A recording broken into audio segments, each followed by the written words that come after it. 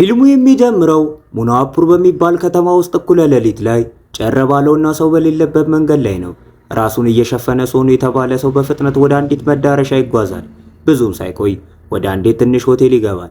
እዚያም የአንዲት ወጣት ልጅ የጭንቀት ጩኸት ከአንዱ ክፍል ውስጥ ያስተጋባል። ሶኑም ወደ ውስጥ በፍጥነት ሲገባ አንዲት ታዳጊ ልጅ አልጋ ላይ ተኝታ ያገኛታል። እሷም በግልጽ በከፍተኛ ህመም ውስጥ ሆና አቅም አጥታ ታለቅሳለች። ኮንትራክተር የተባለ ሌላ ሰው ደግሞ ምንም ሳይጨነቅ አጠገቧ ተቀምጦ በልጅቷ ስቃይ ላይ ይሳለቃል። ለስቃዩም ምንም አይነት ርህራሄ አያሳይም። ከዚያም ሶኑ ልጅቷን ለሆነ የማይረባ ስራ ወደ እሱ ልኳት እንደነበረ ይታወቃል። ነገር ግን እሷ እምቢ ስትል ኮንትራክተሩ ተቆጥቶ በጭካኔ ደበደባት። እንዲያውም በውስጧ ላይ ቃሪያ ጨመረባት። ልጅቷን በከፍተኛ ህመም ድምጿን ከፍ አድርጋ የምትጮኸው በዚህ ምክንያት ነው። የልጅቷ አሳሳቢ ሁኔታን ሲያይ ሶኑ ነገሩ ከቁጥጥር ውጪ መሆኑን ይረዳል። ስለዚህም ጨካን ውሳኔን ይወስናል። ልጅቷን እዛው ይገላታል። ከዛ በኋላ አስክሬኑን ለማስወገድ ወደ አስክሬን ማቃጠያ ቦታ ይወስዷታል። አለቃውን ጉልበት በመጠቀም ሶኑ አስክሬን የሚያቃጥለውን ሰራተኛ ልጅቷ እንዲያቃጥላት ያዘዋል። ልጅቷም ወላጅ የላትም በማለት ይነግረዋል። እንዲሁም ስለዚህ ጉዳይ ለማንም እንዳይናገር ያስጠነቅቀዋል። በዱርዬው ስም የተሸበረው አዛውንት ዝም ብሎ ይታዘዛል። በህንድ ባህላዊ ስርዓትን መሰረት አስክሬኑን ያቃጥላል። ከጥቂት ወራት በኋላ ታሪኩ በአቅራቢያው ወደሚገኘው ሙናዋፑር ከተማ ይቀየራል።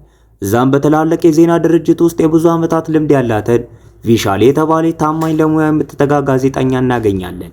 እሷ በቅርቡ የራሷን ትንሽ የዜና ጣቢያ ጀምራለች። ጣቢያው ገና አዲስ ስለሆነ ከአንድ ካሜራማን ጋር ብቻ ነው የምትሰራው። እስካሁንም ብዙ ገቢ ወይም ዝና አላገኘም። እነዚህም ፈተናዎች ቢኖሩም ቪሻሊ የገንዘብ ችግራው ወደ ጎን አድርጋ ለስራው ያላትን ጽናትና ፍቅር እንደያዘች ትቀጥላለች። አንድ ምሽት ላይ ቪሻሊ ጉፕታ ከተባለ መረጃ ሰጪ ያልተጠበቀ ስልክ ይደርሳታል። ስትገናኘውም በሴት ህፃናት መጠለያዎች ላይ የተደረገ የመንግስት ኦዲት ዝርዝር መረጃዎችን ያካፍላታል። በሪፖርቱ መሰረት አብዛኞቹ መጠለያዎች መደበኛ ስራቸውን ይሰራሉ። ነገር ግን በሙናዋፑር ያለው መጠለያ ግን አስደንጋጭ የሆኑ ህገወጥ ድርጊቶችን ይታዩበታል። ይህም የአካል ድብደባንና የበርካታ ልጃገረዶችን ደብዛ መጥፋት ይጨምራል። ይህም የሆነ በጣም መጥፎ ነገር እዛ እየተከናወነ እንደሆነም ይጠቁመናል። ነገር ግን እስካሁን አንድም የዜና ጣቢያ አልዘገበውም። መጀመሪያ ላይ ቪሻሊ ሪፖርቱ የተለመደ ጉዳይ መስሏት ብዙም አልተገረመችም ነበር። ነገር ግን ጉፕታ ጉዳዩ በጣም ሚስጥራዊና አስደንጋጭ መሆኑን ልጆቹን ደግሞ ለማዳን መጋለጥ እንዳለበት ይነግራታል። ለሙሉ ሪፖርቱ ደግሞ ብዙ ክፍያ ይጠይቃታል። እሱም ማመን አቅቷት ብታመነታም የእሱም መጽናትና መረጃ እውነተኛ ስለመሆኑ የሰጣት ማረጋገጫ በመጨረሻ ሳመናት። ሪፖርቱንም ለመውሰድ ተስማማለች። ነገር ግን በጣቢያው የገንዘብ ችግር ምክንያት ክፍያውን በየተራ ለመክፈል ቃል ትገባለች። በማግስቱ ቪሻሊ ሪፖርቱን በጥልቀት ስታጠናው በሙናዋፑር የሴት ህፃናት መጠለያ ውስጥ ያለውን ችግር መጀመሪያ ካሰበችው በላይ በጣም የጨለመና አስደንጋጭ መሆኑን ተረዳች። ሪፖርቱ የልጆቹን መጥፋት፣ ድብደባና በመጠለያው ባለስልጣናት በኩል ያለውን ከፍተኛ ቸልተኝነት ይገልጻል። በሪፖርቱ የደነገጠችው ቪሻሊ እውነቱን ለማውጣት በራሷ ወደ መጠለያው ለመሄድ ወሰነች። ቪሻሊ ሪፖርቱን ከካሜራማኗ ባስካር ጋር ትወያያለች። ምክንያቱም እሱ ታማኝና በዚህ አስቸጋሪ ጊዜያት የሚደግፋት ሰው ስለሆነ።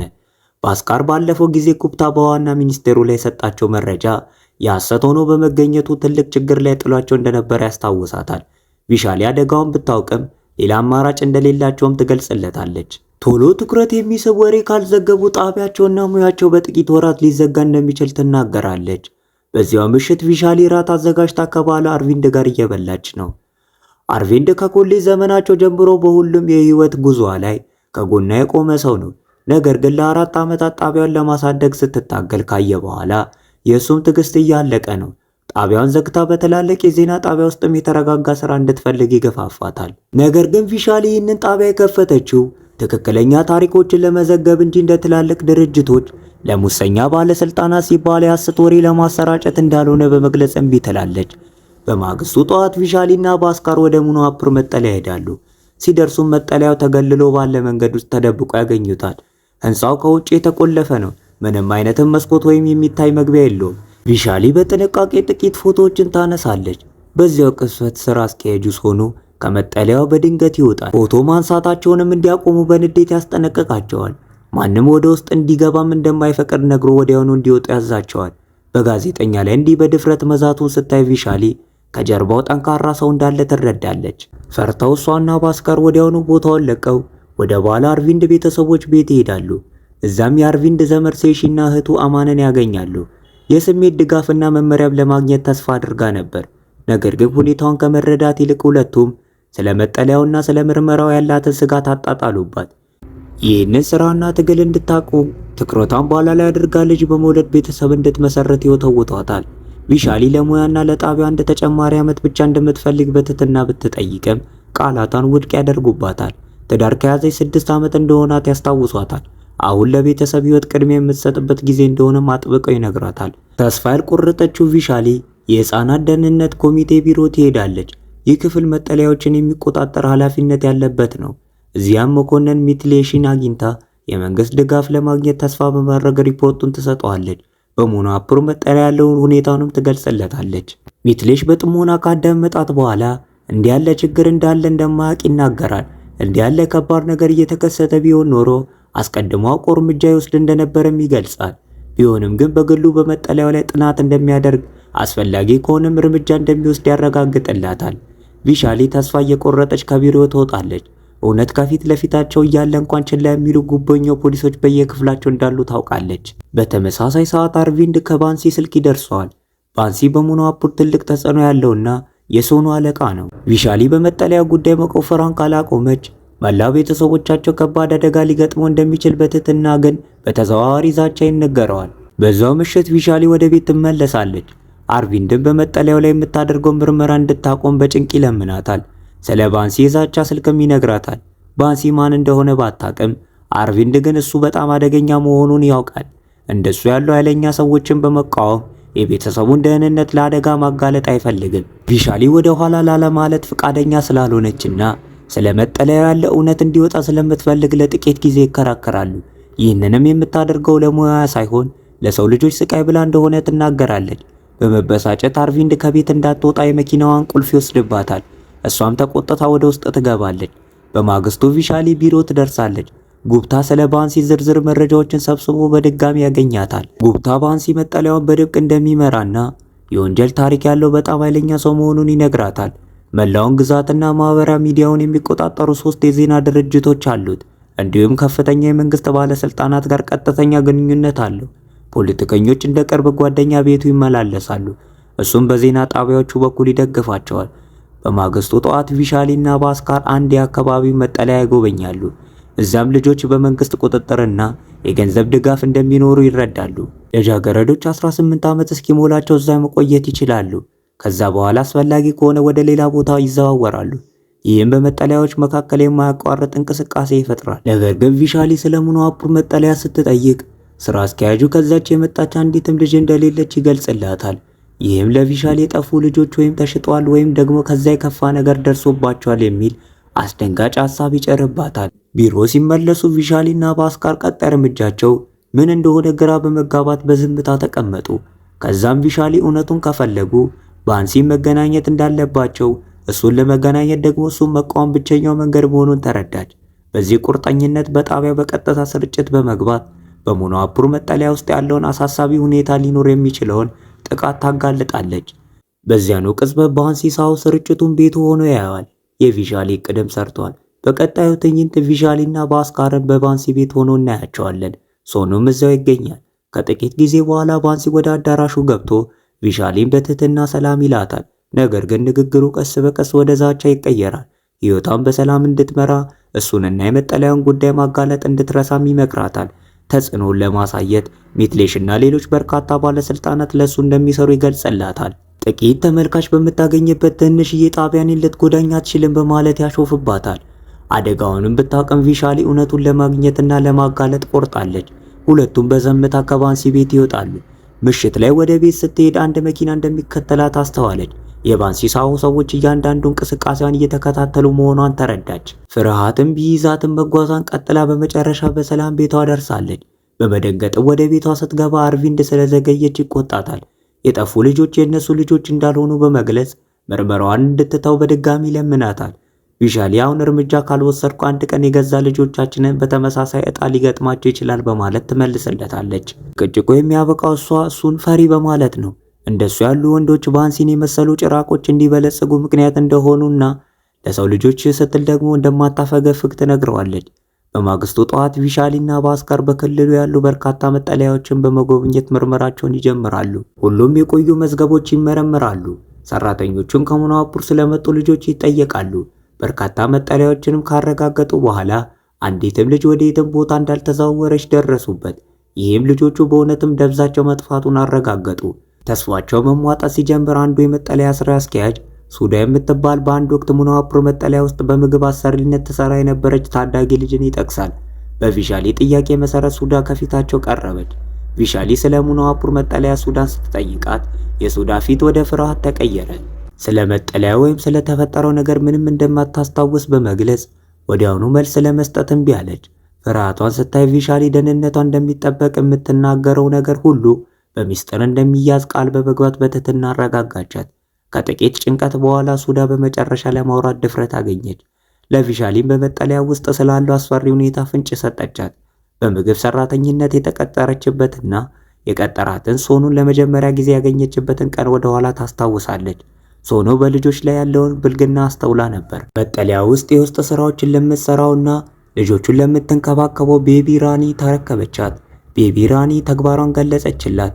በስራዋ ላይ ብቻ እንድታተኩርና ውስጥ ስለሚሆነው ነገር ጣልቃ እንዳትገባ ጥብቅ ሕግ ጣለችባት።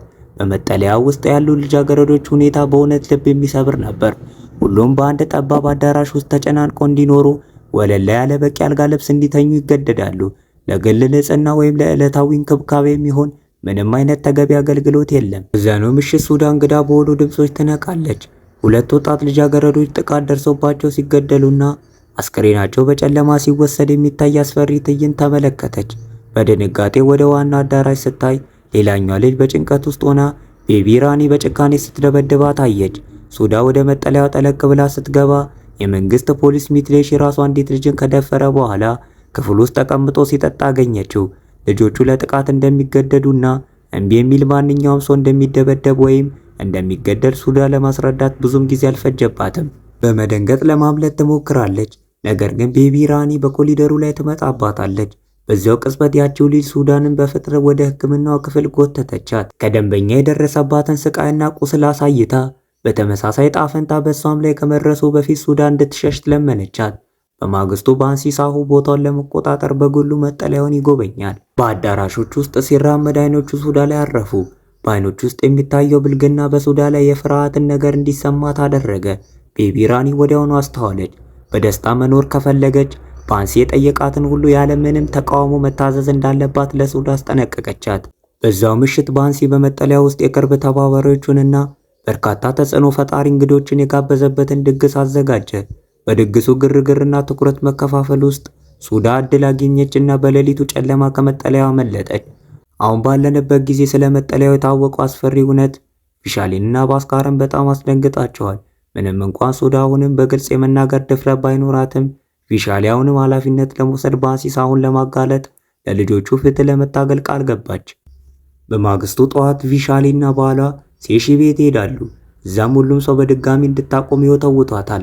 ስለሚመጣውም አደጋ ያስጠነቅቋታል። ነገር ግን ቪሻሊ በሐሳቧ ጸንታለች። ለማፈግፈግም እምቢ ትላለች።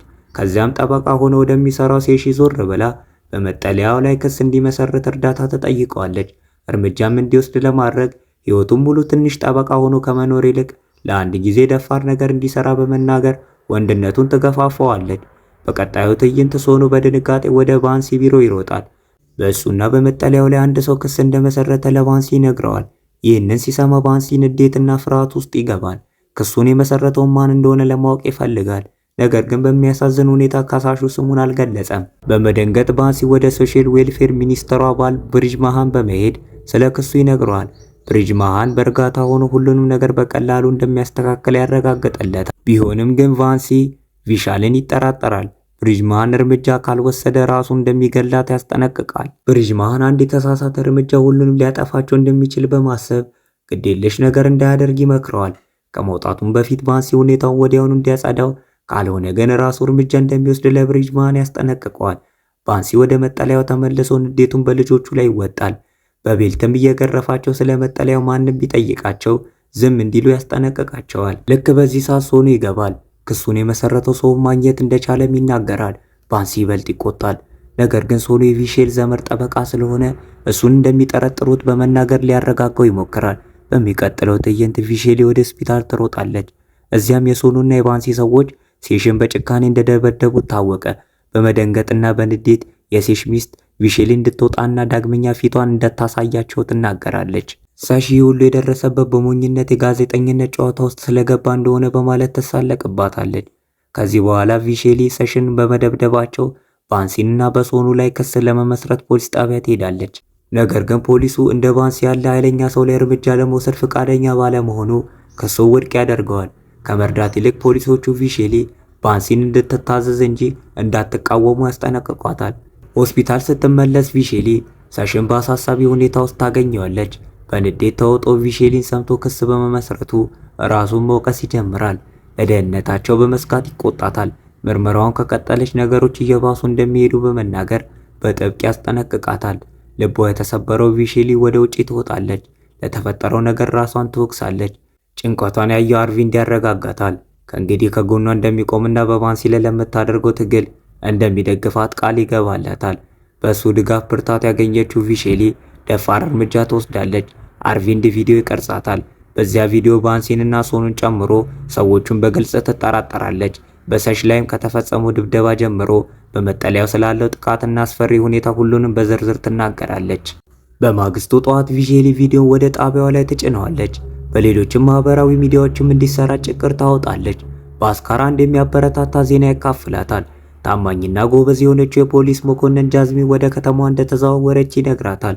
እድል መሆኑንም በመረዳት እርዳታ ለመጠየቅ መኮንኗ ጃዝሚንን ለማግኘት ወሰኑ። ቪሻሊ ጉዳዩን ለጃዝሚን ስታስረዳ ጃዝሚን ቀድሞውኑ ጉዳዩን እንደምታውቀውና የቪሻሊን ጣቢያ ስትከታተል እንደነበረ ታወቀ።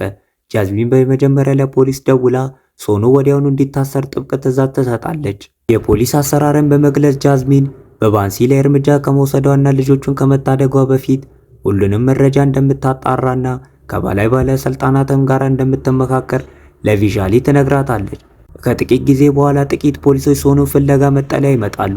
በዚያው ቅጽበት ባንሲ ሳሁ ወደ ውጭ ይወጣበታል። መኮንኖቹም በታላቅ አክብሮት ሰላም ይሉታል። መኮንን ጃዝሚን ሶኑ እንዲታሰር ትዕዛዝ መስጠቷን ይነግሩታል። ይህም ባንሲን ያስቆጣዋል። ወዲያውኑ እንዲወጡ በከባድ ሁኔታ ያስጠነቅቃቸዋል። ሶኑ መጠለያ ውስጥም እንዳልተገኘ ለጃዝሚን እንዲነግሯት ያዛቸዋል። ይህ በእንዲህ እንዳለ ጃዝሚን አስቸኳይ እርምጃ ለመውሰድ ፍቃድ ለመጠየቅ የበላይ መኮንኗን ታገኛለች። ጉዳዩ በጣም ስስ መሆኑን፣ ማንኛውም ስህተት ወይም የተሳሳተ መረጃ ጉዳት ሊያመጣ እንደሚችልና ክሱን ማረጋገጥ ካልቻለች ስራዋ ላይ አደጋ እንደሚወድቅ ያስጠነቅቃታል። ማታ ላይ ጃዝሚን ቪሻሊን ቤቷ ጠርታ የበላይ መኮንኗ በመጠለያው ላይ ጠንካራ ማስረጃ ሳይኖር ፍቃድ ሊሰጣት እንዳልቻለ ትገልጽላታለች። ባንሲ ሳሁን አሁን ነቅቶ ስለሚጠብቅ ማንኛውንም ማስረጃ በቀላሉ ሊያጠፋ እንደሚችልም ትነግራታለች። ጃዝሚን ባንሲ በጣም ኃይለኛ መሆኑንና ቢታሰር እንኳን በፖለቲካ ግንኙነት በፍጥነት በዋስትና ሊወጣ እንደሚችል ትረዳለች።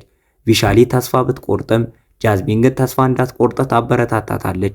ምስክር ወይም ጠንካራ ማስረጃ እንድታገኝ ትመክራታለች።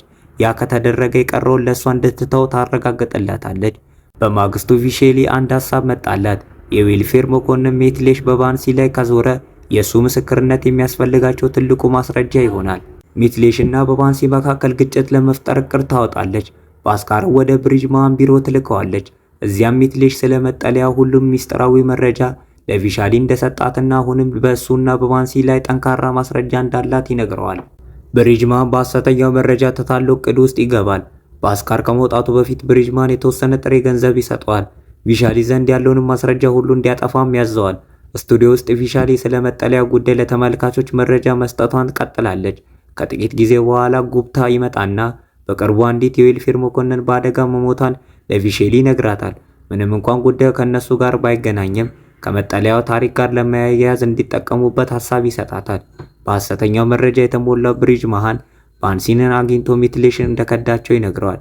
ባንሲ ተቆጥቶ ሚትሌሽን ይጋፈጠዋል። እሱ ግን ክሱን ይክዳል። ንዴታቸውን መቆጣጠር አቅቷቸው ባንሲና ሰዎቹ ሚትሌሽ በከባድ ሁኔታ ይደበድቡታል። በመጨረሻ ግን ክሱ ሐሰት መሆኑን በእግዚአብሔር ስም ሲምል ይተውታል። የጉብታን መረጃ በመጠቀም ቪሻሊ በጣቢያው ላይ በቀጥታ ስርጭት ትገባለች። በአደጋ የሞተችውን ፖሊስ በመጠለያው ያለውን በደል ለመደበቅ በባንሲ የተገደለች ናት በማለት ትናገራለች።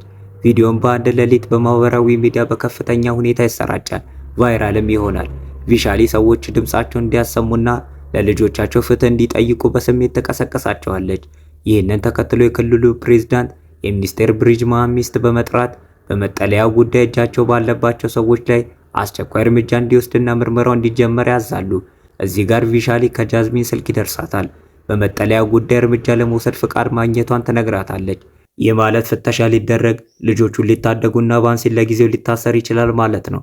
ነገር ግን በባንሲ ጠንካራ ማስረጃ እስካልተገኘ ድረስ ጉዳዩ ደካማ ስለሚሆን ቪሻሊ ብዙ ተስፋ እንዳታደርግ ጃዝሚን ታስጠነቅቃታለች። ቪሻሊ ሱዳን ትፈልጋታለች። በባንሲና በሰዎቹ ላይ ቁልፍ ምስክር ሆና ትቀርባለች ብላ ተስፋ ታደርጋለች። ነገር ግን እንደ በፊቱ ሱዳ ወደ ኋላ ታፈገፍጋለች። እውነቱንም በግልጽ ለመናገር ትፈራለች። ሱዳን ያለውን አደጋ መውሰድ እንደማትችል ብትገልጽም ቪሻሊ ለሰው ልጆች ስትል እንድታደርገው በድጋሚ ለማሳመን ትሞክራለች። መጠለያ ውስጥ አሁንም እየተሳቃዩ ያሉትን ልጆችንና እሷ እንድታመልጥ የረዳቻትን ደፋር ልጅ ታስታውሳታለች። ሱዳ ግን አሁንም በፍርሃት ተውጣ ድፍረት ማግኘት አልቻለችም። ተስፋ የቆረጠችው ቪሻሊ በመጨረሻ ትታት ትሄዳለች። ነገር ግን ከጥቂት ጊዜ በኋላ የቪሻሊ ቃላት ስለሰበሯት ሱዳ ታስቆማታለች። ልጆቹን ለማዳን ስትል ሱዳ በመጨረሻ ትስማማለች። ከዛ በኋላ ቪሻሊ በጣቢያው በቀጥታ ስርጭት ትገባለች። ሱዳን በመጨረሻ እውነቱን ትናገራለች። ከመጀመሪያው ጀምሮ ያለው ሙሉ እውነት ትገልጻለች። የባንሲንና በመጠለያ ውስጥ በጭካኔ የተሳተፉትንም ሰዎች ስም ትጠራለች። የእሷ ምስክርነት እንደ ሰደድ እሳት ይሰራጫል። ሁሉም ሰው አስፈሪውን እውነታ ያውቀዋል። የሱዳን ንግግርን በባንሲና በተባባሪዎቹ ላይ እርምጃ ለመውሰድ የሚያስፈልገው ጠንካራ ማስረጃ ይሆናል። ሙሉ በሙሉ እንደተሸነፈ የተሰማው ባንሲ አሁን በዝምታ ተቀምጦ ቅጣቱን ይጠባበቃል። ከእንግዲህ ራሱን ማዳን አይፈልግም። ነገር ግን ተባባሪዎቹ እንዲያመልጡ እድል ይሰጣቸዋል። ስማቸውንም እንደማይጠራ ቃል ይገባላቸዋል። ይህንን ሲሰማ ሚትሌሽ ወዲያውኑ ጥሎት ለመሄድ ይወስናል። ቤቢ ራኒ ግን አብረው ለመቆየት ትመርጣለች። ከጎኑም በጽናት ትቆማለች። የሚመጣውንም ማንኛውንም ቅጣት ለመቀበል ዝግጁ ናት። ራሳቸውንም ለማዳን ሚትሌሽና የብሪጅማን ሚስት በፍጥነት ሚዲያዎችን ሰብስበው ጥፋታቸውን በሙሉ በባንሲንና በተባባሪዎቹ ላይ ያላክካሉ። የራሳቸውንም ተሳትፎ በጥበብ ይደብቃሉ። ባንሲም እንዲታሰር ትዕዛዝ ያስተላልፋሉ። በቀጣዩ ትዕይንት ጃዝሚን ከቡድኗ ጋር መጠለያውን ትበረብራለች። እዚያ ያለውንም አስፈሪ ሁኔታ የተጎዱትንም ልጆች ትመለከታለች። ፖሊሶች ሁሉንም ልጆች ይታደጋሉ። ባንሲንንም ያስሮታል። ጃዝሚን ቤኒ ራኒን ስታገኛት በጥፊ ትመታታለች። እሷ ግን ምንም አይነት የጥፋተኝነት ስሜት አይታይባትም። ፖሊሶች ባንሲንና ተባባሪዎቹን በውርደት ወደ ጂፒ መኪና ይጎትታቸዋል። ቪሻሊና ባይስካር ደግሞ ትግሉን በማሸነፋቸው እፎይታ ይሰማቸዋል። በመጨረሻው ትዕይንት ቪሻሊና ባይስካር ስለ ጉዳዩ አዳዲስ መረጃዎችን ለማካፈል ደከመኝ ሳይሉ ሲሰሩ ይታያሉ። በመጨረሻም ጣቢያው በጣም ዝነኛ ይሆናል። በእሷ ተስፋ ለመቁረጥ መንፈስም ስኬታማ ትሆናለች። ከሜዷ በፊት ቪሻሊ ለተመልካቾቿ የመጨረሻ መልእክት ታስተላልፋለች። ግፍ ሲፈጸም ሲያዩ ሁልጊዜ ድምፃቸውን እንዲያሰሙ ትመክራለች። ለእውነትና ለሰው ልጆች ያደረገችውን ትግል በመጨረሻ ለዓለም ደርሶ ታሪኩ እዚህ ጋር ያበቃል። ወይኔ ወይኔ ወይኔ ወይኔ ወይኔ ተቃጠልኩ እኮ አይኔ ተቃጠለ፣ አረረ። እናንተ ሰብስክራይብ አታደርጉም፣ እኔ አረርኩ። ምንድነው ወገን? 10 አስገቡኝ እስቲ 10 አስገቡኝ። ከዛ ደግሞ ያው የሰው ልጅ ፍላጎቱ አይቆምም። 20 30 40 50 60 70 90 100 ሺህ እላችኋለሁ። ይመቻችሁ።